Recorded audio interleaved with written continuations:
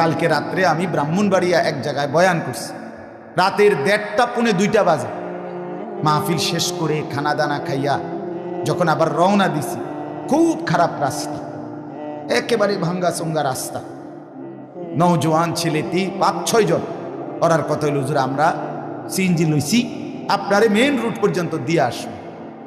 তখন আমি বললাম লাগবে না, আমি চিনি বাপ। কয় না না, আমরা দিয়ে আমো। তা আমার কাছে তখন আমার সাথে যিনি ছিল, আমি তারে বললাম দেখেন এটা নওজোয়ানের দ্বারাই সম্ভব। রাত 2টা বাজে, কিসের শীত আর কিসের ঠান্ডা। সে মনে করে আমার এই শরীর স্বাস্থ্য, আমার এই জওয়ানি তার দ্বারাই সম্ভব। কিন্তু মুরব্বী চাচা কি পারলো এটা? তাহলে যুবক চাইলে গড়তেও পারে, যুবক চাইলে নষ্ট হইতে পারে। আফসোসের ব্যাপার বাপ, আজকে দুশ্মন আমাদেরকে দিয়ে এটাই করছে। মুসলমানের ছেলেগুলোকে এই চুল সাজানো লইয়া লাগাই দিছে। চুল সারাক্ষণ একবার চুলে দিকে ফিরাবি, আরেক দিকে ফিরাবি, সারাক্ষণ কি হাসে, ঠাট্টা করে, নিজে নিজে দুষ্টামি করে, একতে আরেকতে লাত্তি মারে, শার্ট লইয়া টান মারে, টানা থাপ্পড় মারে।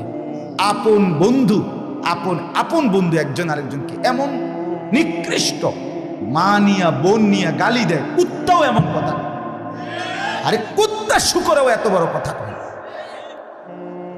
এটা কি? হাসতে হাসতে তামাশা, হাসতে হাসতে খামখেয়াল। চি চি চি। রাস্তার পাশে মানুষ চলে, গাড়ি ঘোড়া চলে, দাঁড়াইয়া পেশাব করতেছে। একবার সারাদিনে একটা বারও পেশাব করে পানি নেয় না, ঢিলা কুলুক টয়লেট পেপার ব্যবহার করে না। আরে এটা তো কুত্তার স্বভাব, এটা তো কুত্তার স্বভাব হইতে পারে না, মানুষের স্বভাব হইতে পারে না।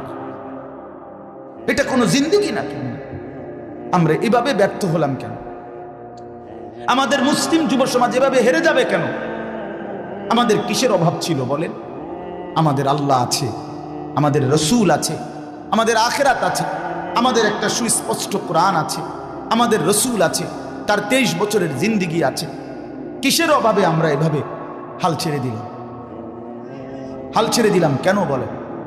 ছেলেরা বাপ, এই জন্য অনুরোধ, নষ্ট না হই, নষ্ট রাগ হইও না।